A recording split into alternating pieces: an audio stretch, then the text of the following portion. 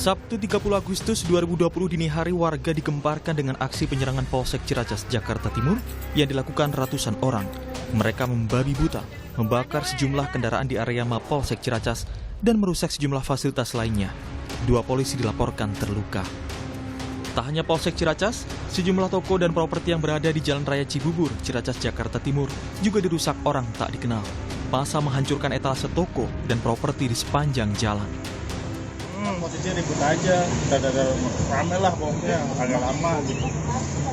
Nah, mau keluar juga nggak berani kita, makanya ya udahlah, yang di dalam aja.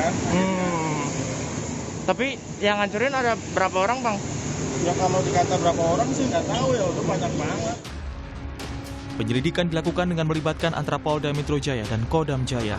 Panglima Kodam Jaya Majen Dudung Abdurrahman mengakui aksi penyerangan itu melibatkan anggota TNI. Kejadian berawal ketika pelaku mendapat informasi salah yang dikirim Prada MI ke sesama prajurit TNI. Prada MI mengaku terluka karena dikeroyok di wilayah Ciracas hingga prajurit lain terprovokasi dan serentak menyerang Mapolsek Ciracas. Setelah ditelusuri, Prada MI terbukti mengalami kecelakaan tunggal saat mengendarai sepeda motor. Kemudian dari hasil visum yang ada, dia tidak bisa mengelak bahwa betul-betul dia itu setelah kita tanya dari POM, dari Intel, bahwa betul-betul dia itu sebetulnya kecelakaan. Anggota polisi yang juga dianiaya. Tetapi untuk lokasi yang di Pasar Rebo, luka-luka ringan dan saat ini dirawat di Rumah Sakit Sukanto. TNI Angkatan Darat mengambil langkah tegas kepada anggotanya yang terlibat penyerangan Polsek Ciracas. Sejauh ini ada 31 prajurit TNI yang diperiksa internal. Maka kita juga akan memberikan hukuman tambahan kepada semuanya, yaitu pemecatan. Lebih baik kita kehilangan 31 atau berapapun prajurit yang terlibat, apapun perannya, daripada nama TNI Angkatan Darat akan terus rusak oleh tingkah laku tidak bertanggung jawab. Pantauan langsung di Polsek Ciracas. Kasus serupa juga pernah terjadi 12 Desember 2018 lalu. Mapolsek Ciracas diserang massa yang sudah datang sejak pukul 10 malam. Selain sejumlah fasilitas yang rusak, 3 polisi terluka, termasuk Kapolsek Ciracas saat itu, Kompol Agus Widar, dan 2 polisi lainnya. Kerugian material akibat penyerangan ditaksir mencapai 1 miliar rupiah. Penyerangan dan perusakan Mapolsek Ciracas diduga ada hubungannya dengan pengeroyokan anggota TNI beberapa hari sebelumnya. 2 hari setelah penyerangan Mapolsek, 5 orang ditangkap sebagai tersangka pengeroyokan. Tim Liputan, Kompas TV.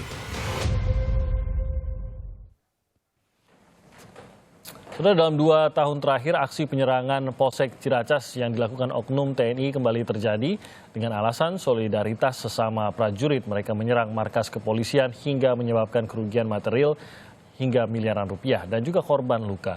Mengapa aksi penyerangan seperti ini masih saja terjadi dan apa yang harus dilakukan oleh pemerintah serta Korps TNI? Pagi ini kita akan membahasnya dengan sejumlah narasumber melalui daring. Salah satunya yang sudah bergabung bersama kami adalah Mbak Koni Rahakundini, pengamat militer dan juga keamanan atau pertahanan keamanan. Selamat pagi Mbak Koni. Selamat pagi Pak. Terima kasih sudah bergabung bersama kami. Dan juga ada bersama kami pada pagi hari ini Legend Purnawirawan Sutioso. Bang Yos, selamat pagi. Selamat pagi. Ya, Bang Yos datang ke studio kami. Terima kasih Bang Yos sudah hadir juga di sini. Dan juga bergabung ada Pak Bobi Rizaldi, anggota Komisi 1 DPR. Selamat pagi Pak Bobi. Selamat pagi Mas. Terima kasih sudah bergabung. Saya mau meminta komentar dari seluruhnya dulu. Mungkin dari Pak Bobi dulu deh, mengenai lagi-lagi ada serangan yang terjadi kali ini di Ciracas. Bahkan ini kalau kita hitung dalam 2 tahun ini sudah 2 kali begitu Pak Bobi. Tidakkah ini bisa diatasi? Dan saya yakin masyarakat juga ingin melihat hal seperti ini tidak terulang lagi.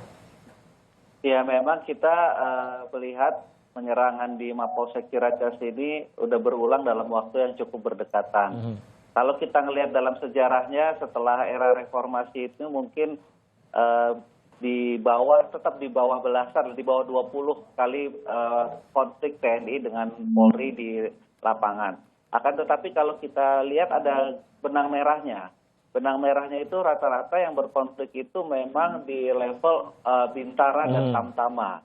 Tidak pernah ada konflik di level perwira, karena mereka mungkin karena pernah bersama di dalam Akmil di Magelang 1 tahun. Nah, oleh karenanya kita juga tetap harus berpendapat bahwa ini perlu dibenahi. Hal yang sudah baik diperlihatkan oleh para pimpinannya, baik di antara Panglima, Kapolri, dan di antar perwira, ini perlu diturunkan ke bawah sehingga tidak terjadi lagi yang suka disebutkan di masyarakat ada jiwa korsa yang dipompa terlalu berlebihan. Tapi saya rasa itu juga tidak benar, karena memang secara nature itu kan memang berbeda antara polisi dengan militer. Nah, ini dalam jangka pendek, selain yang kita apresiasi dari KSAD yang memberikan hukuman, menurut saya ini sangat berat untuk seorang prajurit, itu dikurung, diminta ganti rugi, dan juga sampai dipecat. Itu saya rasa sudah hukuman yang sangat berat. Ini perlu ditindaklanjuti juga regulasi-regulasi di bawah Undang-Undang TNI. Karena selama ini seperti dari pemerintah itu ada keengganan untuk mengatur lebih detail mengenai TNI, khususnya di sektor OMSP, operasi militer selain perang. Ini kan tidak pernah ada aturan bakunya di bawah, sehingga di lapangan banyak hal-hal yang harusnya sinergitas antara TNI dan Polri ini belum ditata dalam satu tataran payung hukum yang cukup tinggi. Hanya di joint force saja, satuan-satuan tugas saja. Nah, ini selain secara kebatinan yang ditunjukkan oleh pimpinan, kegiatan bersama, tetapi secara legislasi dan payung hukum ini juga harus diatur lebih rigid di bawah Undang-Undang TNI. Oke.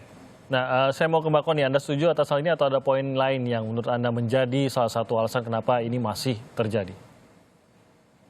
Saya setuju tapi nggak semuanya. Karena gini, pertama, kita tuh mesti lihat apa karena. Dan menurut saya ini pelajaran untuk kita semua yang terlalu mengedepankan human rights itu, tapi overdosis.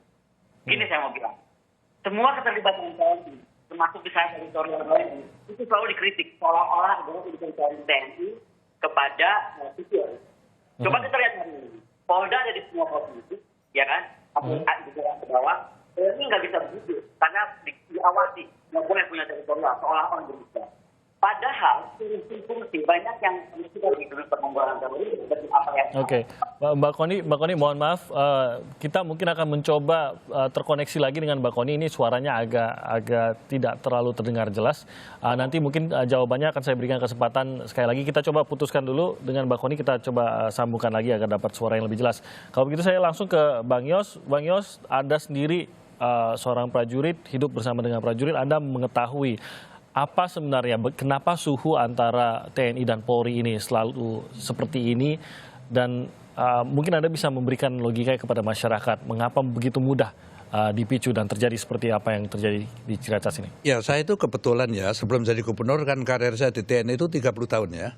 Itu hanya 5 tahun aja saya di teritorial ya, dan Rempokor, terus Kadam Jaya, Pangdam Jaya. Selebihnya belakang ini saya di pasukan tempur. Kopassus, Kostrat, Kopassus, 3 kali. Yeah. Artinya apa? Saya berkumpul dengan para prajurit itu 25 tahun namanya. Ya. Sehingga saya tahu persis apa sebenarnya yang ada di hati yang paling dalam dari mereka lah. Yeah. Nah, oleh karena itu sekali lagi saya katakan sebelumnya bahwa apapun alasannya menyerang aparat, ya, merusak fasilitas umum ya, dan instalasi aparat itu udah salah saja, udah salah apapun alasannya. Kan? Dan saya rasa ini tindakan yang disampaikan dan dilakukan oleh TNI Angkatan Darat sendiri, saya kira sudah patut kita apresiasi ya, bahwa mereka akan melakukan tindakan yang tegas ya, termasuk pemecatan anggota ini. Gitu. Jadi anggota ini akan menerima hukuman yang cukup berat saya rasa nantinya. Ya. Kecuali dia diberhentikan dengan tidak hormat, ya ada yang dipecat katakan gitu, lalu dia harus di pengadilan pidana umum nanti dia akan kena juga mungkin di penjara dan lain sebagainya, itu amat berat sekali. Tetapi pertanyaan selalu kenapa kok bola-balik terjadi? Iya, betul. Yang dulu juga dipecat juga, kok nggak kapok-kapokin maksud saya gini. Nah marilah ya kita secara objektif mencoba mendalami apa sih sebenarnya pembinaan dilakukan oleh para komandan, oleh para perwira itu, terutama ini untuk satuan tempur ya. Nah satuan tempur itu di mana saja? Di Indonesia ini setiap kodam ada pasukan tempur. Mungkin rata-ratanya 3 batelon atau 1 brigade lah ya. Jadi pasukan tempur di sini bukan pasukan infanteri saja ya, tetapi juga artileri, ada kavaleri sebagai penunjang, itu juga pasukan tempur itu. Nah, di angkatan lain juga angkatan laut ada marinir. Di angkatan udara ada Paskas, itu sama. Apa yang dibina oleh para perwiranya? Yang pertama adalah agresivitas. Ini pasukan tempur, agresif dia. Justru harus dibangun begitu ya. Jadi nafsu atau kehendak untuk membunuh lawan itu harus kuat gitu. Sehingga kalau ada perintah serbu gitu nggak ragu dia. Harus saya bunuh dia kan gitu, musuh maksudnya kan. Lalu yang kedua apa? Jiwa korsa yang dibangun. Sehingga dia malu kalau gagal. Kan? Oleh karena itu muncullah semboyan-semboyan. Misalnya pantang pulang sebelum menang gitu kan. Kalau di Kopassus itu lebih baik pulang nama daripada gagal dalam tugas. Artinya lebih baik mati dia dalam bergagal. Karena menjaga nama korbaret merahnya itu.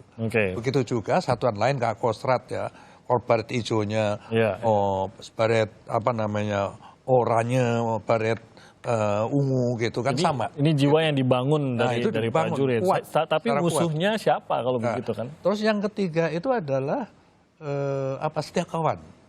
Setia kawan.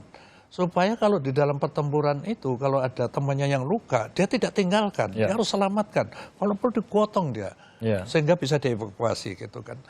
Nah ini dipupuk secara intens oleh para perwira itu untuk menghadapi pertempuran.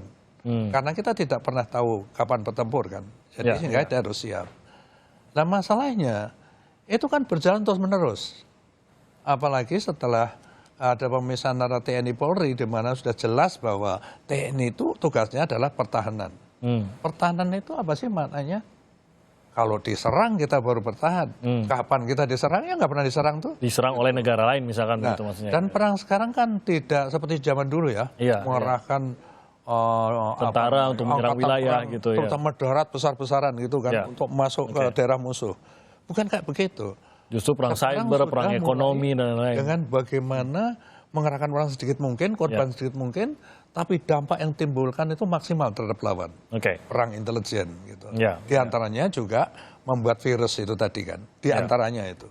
Ada lagi sabotase dan lain sebagainya. Nah perang terbuka pun yang ditunjukkan di mana ya? Di Timur Tengah, atau di Afghanistan, di yang kita lihat kan. Air Force. Perang udara, gitu kan. Jadi pesawat udara bombardir ya, lalu tembakan-tembakan jarak jauh gitu. Karena teknologi sekarang sudah akurat sekali. Pesawat ya tempur terbang gitu, sasaran udah disetel di gini ya, udah nggak akan bisa lari lagi. Berarti kalau begitu, mungkin pertanyaan saya nanti soal penyalurannya kemana kalau begitu? Karena mereka dilatih, sudah dibangun seperti itu. Iya, dilatih kayak begitu terus-terusan, tapi kan nggak pernah naik ring dia.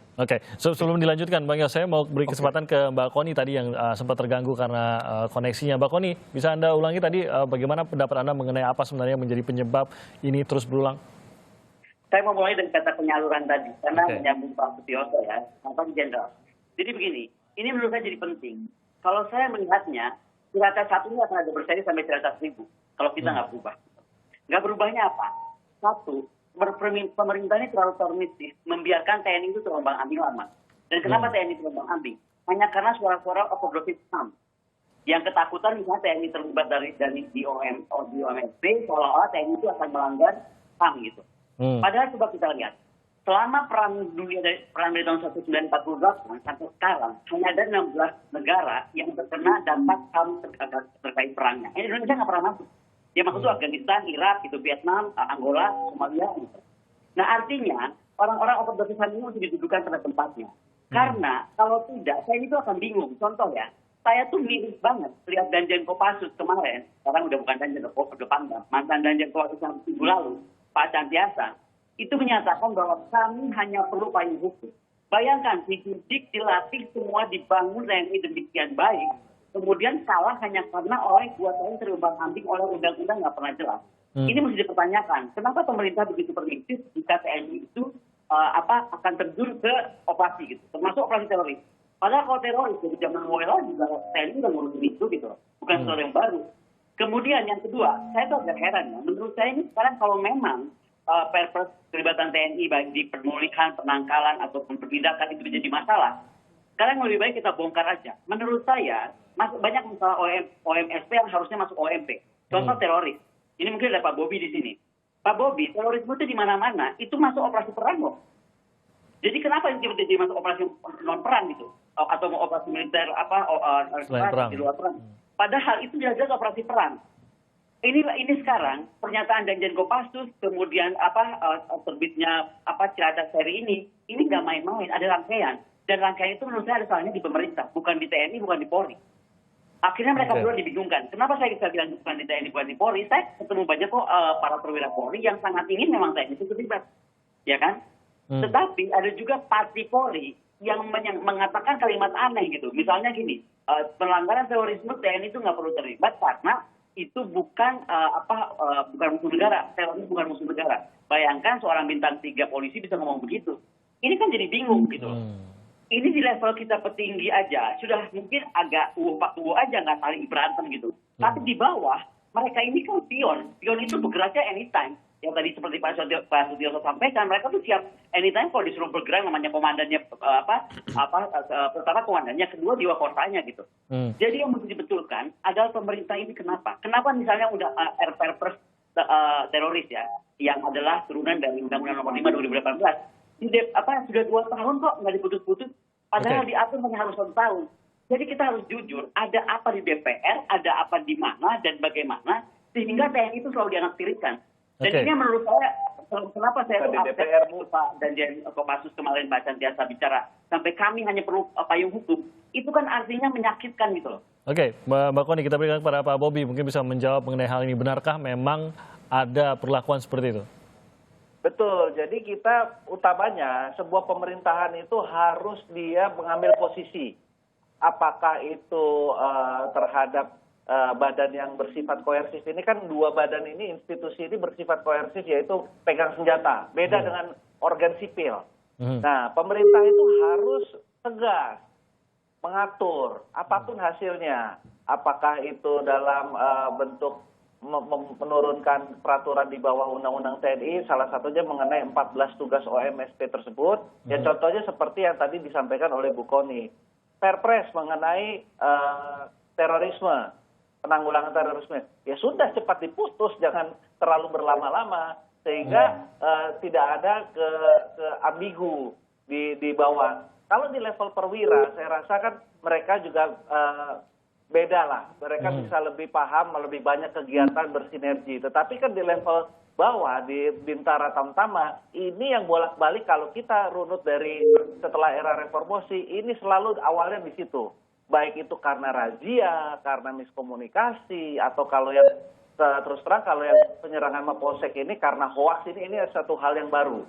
Tapi sebelumnya kan hanya karena ketersinggungan emosional di tingkat prajurit dan Bintara. Ini yang saya rasa benar secara struktur itu perlu, tetapi dalam jangka pendek, hukuman yang berat dan acara-acara kebatinan bersama itu yang perlu dilakukan.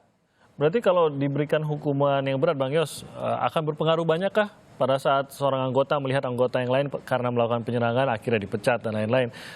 Ulangi lebih karena saya nggak begitu jelas dengarnya. Gitu. Oke, akankah berpengaruh besar kalau kita melihat kan karena ini terus berulang, sudah ada juga anggota yang sebelum-sebelumnya juga diberikan hukuman yang berat begitu. Tapi nyatanya terus berulang. Apalagi kalau memang seperti Bang Yos tadi ceritakan, memang mereka terlatih untuk jiwa korsa dan lain-lain. Sehingga tampaknya hukuman yang berat terhadap satu oknum tampaknya tidak lantas akan membuat jera kejadian berikutnya, begitu. Benarkah begitu? Karena kita belum bisa menggali lebih dalam lagi. Bukan kan itu inti masalahnya begitu ya. Kita katakan tadi lah kan ilustrasinya kayak petinju lah. Dilatih terus setiap hari fisiknya, kemampuan petinjunya, shadow boxing, pura-pura petinju dengan dirinya sendiri kan gitu kan ya. Tapi nggak pernah naik ring. Bosan apa enggak dia? Ya, itu baru masalah tugas, belum masalah psikologis yang lain. Prajurit itu Anda tahu nggak ya, yang pangkat terendah Prada atau Prato itu 5 juta dapatnya dia ya. Yang masih bujang tinggal di asrama nggak ada masalah, malah bisa ngirim untuk membantu orang tuanya kan, adik-adiknya kan. Sisanya untuk dia makan, barak nggak bayar ya, makanya di dapur umum ada tahu tempe. Tetapi yang sudah nikah, namanya persit itu setengah mati dia ngatur anggaran itu. Dia pasti kalau tam-tamnya pintar nggak akan dapat perumahan. Dia harus ngontrak. Itu pasti Koni ini mesam-mesam karena dia pernah jadi komandannya persit di satuan tertentu ya, dia kan gitu kan. Kayak apa sulitnya ngatur? Dia betul-betul elit ya, ekonomi sulit gitu. Ngatur sekarang ya kalau diambil 1 sampai 1,5 juta untuk mentar rumah dari 5 juta atau 6 juta katakan kalau Bintara tinggi ya. Itu berarti 3,5 juta ngatur 1 bulan hidup, anaknya harus beli susu, nanti kalau sakit. Jadi artinya ada masa psikologis yang terbebani di sini. Terus nengok kiri kanan, lihat polisi atau satuan tentara yang di teritorial. Ya, dia pecah kelurian kemana ketemu siapa-siapa, ada aja rezeki itu kan. Dia nggak berani, nggak begitu. Tapi seperti yang Bang Yos bilang tadi, ini kan tidak membenarkan bisa sampai menuju kepada aksi perusakan. Nah, bisa di stop di mana begitu Bang? Ini kan prajurit itu kan mengikuti perintah begitu. Ya, kalau tugas-tugas misalnya terorisme itu kan, kita membangun pasukan ya di Angkatan Darat nih, Den 81, tahun 81 Dan 81 khusus untuk anti teror, dilatih, dipersenjatai secara khusus, nganggur. Terus di Angkatan Laut Marinir ada Denjaka, dilatih yang sama, nganggur. Di Angkatan Udara ada tim Bravo, juga sama menganggur gitu. Nah, kita tidak mengecilkan tugas-tugas kepolisian. Polisi itu sudah padat sekali tugasnya, termasuk anti teror. Lihat Den 88. Saya kira nggak pernah gagal dia nangani teroris. Tetapi teror itu banyak sekali di mana-mana. Dia masih bersembunyi. Dia muncul pada saat yang tepat. Dan serangan teroris itu serangan amat dahsyat dan mengerikan, membuat trauma yang luar biasa. Saya kira masyarakat tidak mempersoalkan teroris ditangani siapa. Yang penting itu tidak ada lagi kan gitu.